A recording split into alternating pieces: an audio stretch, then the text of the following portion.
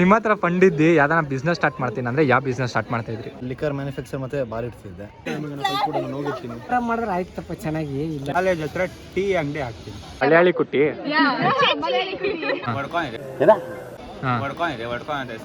वो स्टार्टअप करना चाहूँ.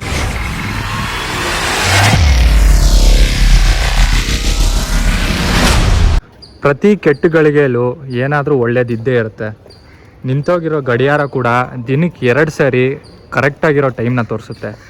ಅದಕ್ಕೆ ನಮ್ಮ ಹತ್ರ ಇರೋ ಸರಿಯಾಗಿರೋ ಟೈಮ್ನ ಸರಿಯಾಗಿ ಯೂಸ್ ಮಾಡ್ಕೊಳ್ಳೋಣ. ಇದನ್ನೆಲ್ಲ ಯೂಟ್ಯೂಬಲ್ಲಿ ಹಾಕ್ತೀನಿ. ಸೊ ನಿಮ್ಮ ಹತ್ರ ಫಂಡ್ ಇದ್ದು ಯಾವ್ದಾನ ಬಿಸ್ನೆಸ್ ಸ್ಟಾರ್ಟ್ ಮಾಡ್ತೀನಿ ಅಂದರೆ ಯಾವ ಬಿಸ್ನೆಸ್ ಸ್ಟಾರ್ಟ್ ಮಾಡ್ತಾ ಇದ್ರಿ? ಮನೇಲಿ ನಿಜ ಫಂಡ್ ಕೊಡ್ತಾ ಇಲ್ಲ.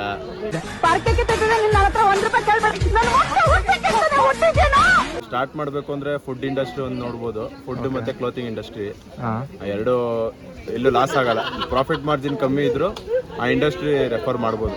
ನಿಮ್ಮ ಹತ್ರ ಫಂಡ್ ಇದ್ದು ಯಾವ್ದಾನ ಫಂಡ್ ಇಲ್ವಾ? ಹೋಗಿರ್ತೀನಿ, ರಕ್ಷಾಬಂಧನ ರಾಖಿ ಮಾಡ್ತೀನಿ, ಫ್ರೆಂಡ್ಶಿಪ್ ಡೇ ಎಲ್ಲರಿಗೂ ಕಟ್ತೀನಿ. ನಿನ್ಗಿದು ಬೇಕಿತ ಮಗನೇ, ವಾಪಸ್ಸು ಒಂಟೋಗು ಶಿವನೇ. ರೆಸ್ಟೋರೆಂಟ್ ಮಾಡ್ತಿದ್ದೆ. ಅದು ಯಾಕಂದರೆ ಎಲ್ಲರದ್ದು ಬೇಸಿಕ್ ನೀಡ್ ಫುಡ್ಡು ಎಲ್ಲರಿಗೆ ಬೇಕು. ಸೊ ಅದಕ್ಕೆ ಯಾವತ್ತು ಡಿಮಾಂಡ್ ಕಮ್ಮಿ ಆಗಲ್ಲ. ಪೀಪಲ್ದು ಇಂಟ್ರೆಸ್ಟ್ ನೋಡಿ ಅದರ ಮೇಲೆ ನನಗೆ ಐಡಿಯಾಸ್ ಇದ್ದರೆ ನನಗೆ ಇನ್ವೆಸ್ಟ್ ಮಾಡಿ ಹಣ ಮಾಡ್ಬೋದು. ಅದಕ್ಕೆ ಐಡಿಯಾ ಒಳ್ಳೇದಂತ ಅನಿಸ್ತಾ ಇದ್ದೀನಿ ನಾನು. ಇಷ್ಟು ಚೆನ್ನಾಗಿ ಮಾತಾಡ್ತೀರಾ, ಮಾತಾಡಲ್ಲ ಅಂತ ಇದ್ರಲ್ಲ? ಇಲ್ಲಪ್ಪ ಅಷ್ಟೇನಿಲ್ಲ, ಕನ್ನಡ ಅಷ್ಟು ಬರಲ್ಲ. ನಮ್ಮ ಮಂಗಳೂರಿಂದ ಕನ್ನಡ ಅಲ್ಲ, ಅದಕ್ಕೆ. ಟೀ ಶಾಪ್ ಹಾಕಿದ್ರೆ ಮಚ್ ಬೆಟ್ರ್, ಅವರೇ ಚೆನ್ನಾಗಿ ಉಳಿತಾರೆ. ಕಾಲೇಜ್ ಮುಂದೆ ಒಂದು ಟೀ ಶಾಪ್ ಆಗ್ತಾ ಇದ್ರಿ? ಕಾಲೇಜ್ ಹತ್ರ ಟೀ ಅಂಗಡಿ ಹಾಕ್ತೀನಿ. ಟೀ ಸಿಗರೇಟ್ ಆಗಿರೋ ಅಷ್ಟು ಲಾಭ ಯಾವ್ದ್ರಿಗೂ ಇಲ್ಲ. ಅದು ಸ್ಟೂಡೆಂಟ್ ಬರ್ತಾರಲ್ಲ, ನಾನು ನೆಕ್ಸ್ಟ್ ಟೈಮ್ ಸಿಗ್ತಾಗ ನೆನ್ಪು ಮಾಡ್ಕೊಂಡು ಬಂದೆ. ವ್ಯಾಪಾರ ಮಾಡಿದ್ರೆ ಆಯ್ತಪ್ಪ ಚೆನ್ನಾಗಿ. ಇಲ್ಲ ಮಾಮೂಲಿ ಇದೇ ಇರ್ತದಲ್ಲ, ಈಗ ತರಕಾರಿ ಅದು ಮಾಡಿದ್ರೆ ಆಯ್ತು, ಅದಲ್ಲ ಬೇರೆ ಅದು ಮಾಡ್ಬೋದು. ತಪ್ಪಿಲ್ಲ, ಚೆನ್ನಾಗಿದೆ. ಲೈಫ್ ಸ್ಟಾಕ್ ಮೇಲೆ ಇನ್ವೆಸ್ಟ್ ಮಾಡ್ತಾರೆ. ಓಕೆ ಬ್ರೋ, ನೀವು? ನಾನೊಂದೊಂದು ವೇರ್ ಹೌಸ್ ಓಪನ್ ಮಾಡ್ತಾ ಇದ್ದೀನಿ.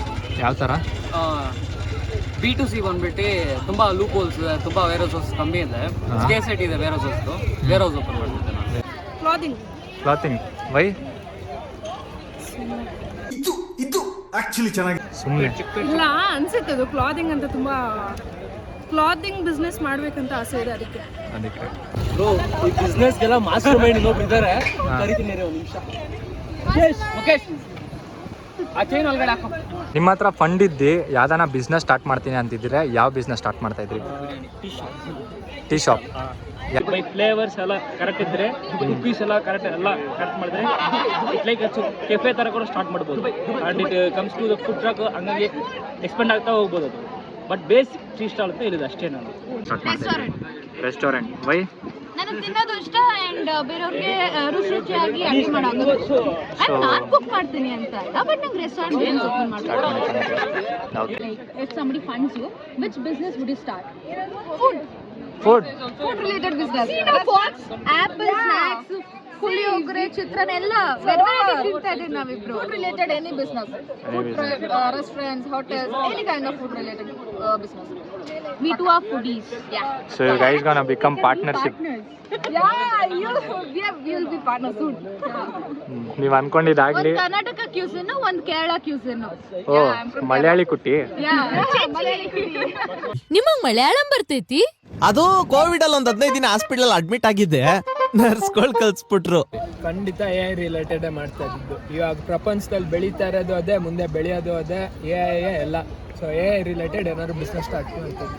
ಓಕೆ, ನೀವು ನಿಮ್ದಾಯ್ತಲ್ಲ, ಸಾರಿ. ನಿಮ್ಮ ಹೆಸರು? ಹಾಂ, ನಿಯತಾ. ನಿಮ್ಮ ಹತ್ರ ಫಂಡ್ ಇದ್ದಿದ್ರೆ ನೀವು ಯಾವ ಬಿಸ್ನೆಸ್ ಸ್ಟಾರ್ಟ್ ಮಾಡ್ತಾ ಇದ್ರಿ? ಫುಡ್. ಮನೇಲಿ ಏನು ತಿಂತ್ವಿ ಆ ಟೈಪ್ ಇದು ಫುಡ್ ಬೇಕು, ಅಥೆಂಟಿಕ್ ಇಂಡಿಯನ್ ಫುಡ್ ಬೇಕು. ಹಂಗಾದ್ರೆ ಇದೆಲ್ಲ ಮನೇಲಿ ತಿನ್ನೋ ಫುಡ್ ಅಲ್ವಾ? ಟೇಸ್ಟ್ ಬೇಕು. ಇಲ್ಲಿ ಈಗ ಹೋಟೆಲಲ್ಲಿ ತಿಂದ್ರೆ ಎಲ್ಲ ಅದಕ್ಕೆಲ್ಲ ಸೋಡಾ ಎಲ್ಲ ಹಾಕಿ ಕೊಡ್ತಾರಲ್ಲ, ನಂಗೆ ಮನೆದ್ದು ಫುಡ್ ಬೇಕು. Cloud kitchen. Thank you so much. ಮತ್ತೆ ಯಾರನ್ನ ಇದ್ದಾರಾ ನಿಮ್ಮ ಗ್ಯಾಂಗಲ್ಲಿ ಈ ಥರ ಕ್ವೆಶ್ಚನ್ ಕೇಳೋಕ್ಕೆ?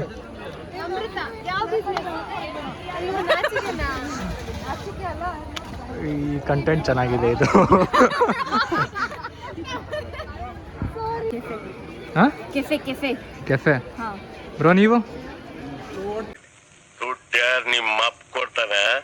ಶೇರ್ ಮಾರ್ಕೆಟಿಂಗ್ ಯಾವುದಾದ್ರೂ ಬಿಸ್ನೆಸ್ ಇದ್ರೆ ಅದ್ರ ಪ್ರಕಾರ ನನಗೆ ಸ್ಟಾರ್ಟ್ ಮಾಡ್ತೀನಿ.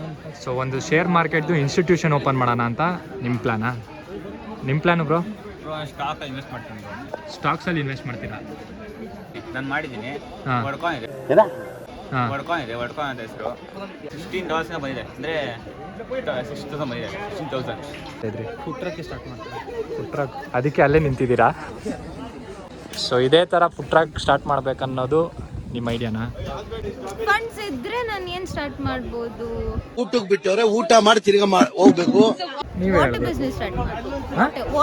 Water good. BMTs ಎಲ್ಲ ಇರ್ತಾರಲ್ಲ, ವೆಯ್ಟ್ ಮಾಡ್ತಿರ್ತಾರಲ್ಲ ಪ್ಯಾಸೆಂಜರ್ಸು, ಸೊ ಅವ್ರಿಗೆ ಹೆಲ್ಪ್ ಮಾಡಲಿಕ್ಕೆ ಒಂದು ಬಿಸ್ನೆಸ್ ಐಡಿಯಾ ಅಂತ ಯೋಚನೆ ಮಾಡ್ತಾ ಇದ್ದೀನಿ. It is an app based business. ಒಂದು ಆ್ಯಪ್ ಮಾಡ್ತೀನಿ and that will help reduce the crowd ಆಗಿರ್ಬೋದು, ಇಲ್ಲ that will help reduce waiting time, ಮತ್ತು ಆಮೇಲೆ ಇರೋ ಬಸ್ಸಸ್ ಎಲ್ಲ ಸ್ಟ್ರೀಮ್ಲೈನ್ ಆಗೋದು, ಅದೆಲ್ಲ ಸ್ವಲ್ಪ ಸಿಸ್ಟಮೈಸ್ ಜಾಸ್ತಿ ಆಗುತ್ತೆ. मैं बिहार से बिलोंग करती हूँ और जिस डिस्ट्रिक्ट से बिलोंग करती हूँ वहाँ पे पेंटिंग फेमस है. The place famous for Madhubani paintings.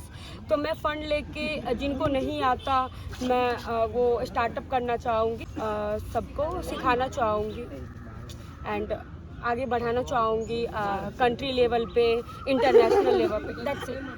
Thank you. Create one food truck for the diet peoples, for older peoples, so that they will prefer well. So I will create that. Basically, I'm from Andaman. So in Andaman, business is being in top level. So I will grab some knowledge from here, from my college, and then I will show my skills out there. So yeah, I'm thinking to open up something clothing brand of myself. By God grace, if I will open. So yeah, if I will start something from a small level also, then only I can reach a big level. So yeah, I hope so I can do it. So thank you so much. ನಾ ಇದ್ರೆ home stay business start ಮಾಡ್ತೀನಿ. ಯಾಕಂದರೆ ನಂದು already business ಉಂಟು home ಸ್ಟೇಂದು. ನಾ ಎಂತ ಮಾಡ್ತಿದ್ದೆ ಅಂದರೆ, ಮನೆ ಉಂಟಲ್ಲ ಅಲ್ಲಿ ರೆಂಟಿಗೆ ತೊಗೊಳ್ತಿದ್ದೆ. ಮನೆ ರೆಂಟಿಗೆ ತೊಗೊಂಡು 5,000 ಹಾಗೆ ಪರ್ ಮಂತ್ ರೆಂಟಿಗೆ ತೊಗೊಳ್ತಿದ್ದೆ. ಸೊ ಯಾರು ಟೂರಿಸ್ಟ್ ಬರ್ತಿದ್ದಲ್ಲ ಅವಾಗ ನಾನು ಅವರಿಗೆ ರೆಂಟಿಗೆ ಕೊಡ್ತೀನಿ for has a home stay. So ಅವಾಗ ಕೊಡುವಾಗ there are 5 peoples and if I want to give for 1 week ನಾನು ಅವನಿಗೆ 10,000 ಚಾರ್ಜ್ ಮಾಡ್ತಿದ್ದೆ. ಸೊ ಹಾಗೆ ನಾನು ನಮ್ಮ ಬಿಸ್ನೆಸ್ ಕಂಟಿನ್ಯೂ ಮಾಡ್ತೀನಿ. ನಾನು ಹೋಟೆಲ್ ಬಿಸ್ನೆಸ್ ಸ್ಟಾರ್ಟ್ ಮಾಡ್ತಿದ್ದೆ. ಯಾಕಂತಂದರೆ ನಾವು ಅದರಲ್ಲಿ ಕಸ್ಟಮರ್ಸ್ನ ಜಲ್ದಿ ಅಟ್ರಾಕ್ಟ್ ಮಾಡ್ಬೋದು. ಹೆಂಗೆ ಅಂದರೆ ಕ್ವಾಲಿಟಿ, ಫುಡ್ ಟೇಸ್ಟು ಮತ್ತು ಲೋ ಪ್ರೈಸು, ಇದರಿಂದ ಕಸ್ಟಮರ್ನ ಜಲ್ದಿ ಅಟ್ರಾಕ್ಟ್ ಮಾಡ್ಬೋದು ಮತ್ತು ಪ್ರಾಫಿಟ್ನ ಜಲ್ದಿ ಗೇನ್ ಮಾಡ್ಬೋದು. ಲಿಕ್ಕರ್ ಮ್ಯಾನುಫ್ಯಾಕ್ಚರ್ ಮತ್ತು ಬಾರ್ ಇಡ್ತಿದ್ದೆ. ಈಗ ಅದೇ ಎಲ್ಲ ಕುಡ್ದು ಎಲ್ಲ ಕರ್ನಾಟಕ ಸ್ಟೇಟಲ್ಲೇ ಗೊತ್ತು ನಿಮಗೆ. ಈ ನನ್ನ ಮಕ್ಕಳು ಪ್ರೈಸ್ ಹೈಕ್ ಮಾಡ್ತಾನೆ ಹೋಗ್ತಿದ್ದಾರೆ, ಹಿಡಿತಾ ಇಲ್ಲ. ಎಲ್ಲ ಡೆಲ್ಲಿ ಆ ಕಡೆಯಿಂದ ಎಲ್ಲ ಇಂಪೋರ್ಟ್ ಮಾಡ್ತಾರೆ. ಫಾರಿನರ್ಸ್ ಎಲ್ಲ ಬಂದರೆ ನಾವಂತೂ ಬೇಡದೇ ಇರ್ತೀವಿ, ತಂದ್ಕೊಡ್ರು ನಮಗೂ ಅಂತ. ಗೋವಾದಿಂದ ಸುಮಾರು ಕೇಳ್ತಿರ್ತೀವಿ, ಆದರೆ ಗೋವಾದೆಲ್ಲ ಪರ್ಸೆಂಟೇಜ್ ತುಂಬ ಕಮ್ಮಿ ಇದೆ. ಅದಕ್ಕೆ ನಾವೇ ಏನಾದ್ರು ಒಳ್ಳೆ ಇನ್ಕಮ್ ಬೇಕಲ್ಲ, ಹಂಗೆ ಮಾಡೋಣ.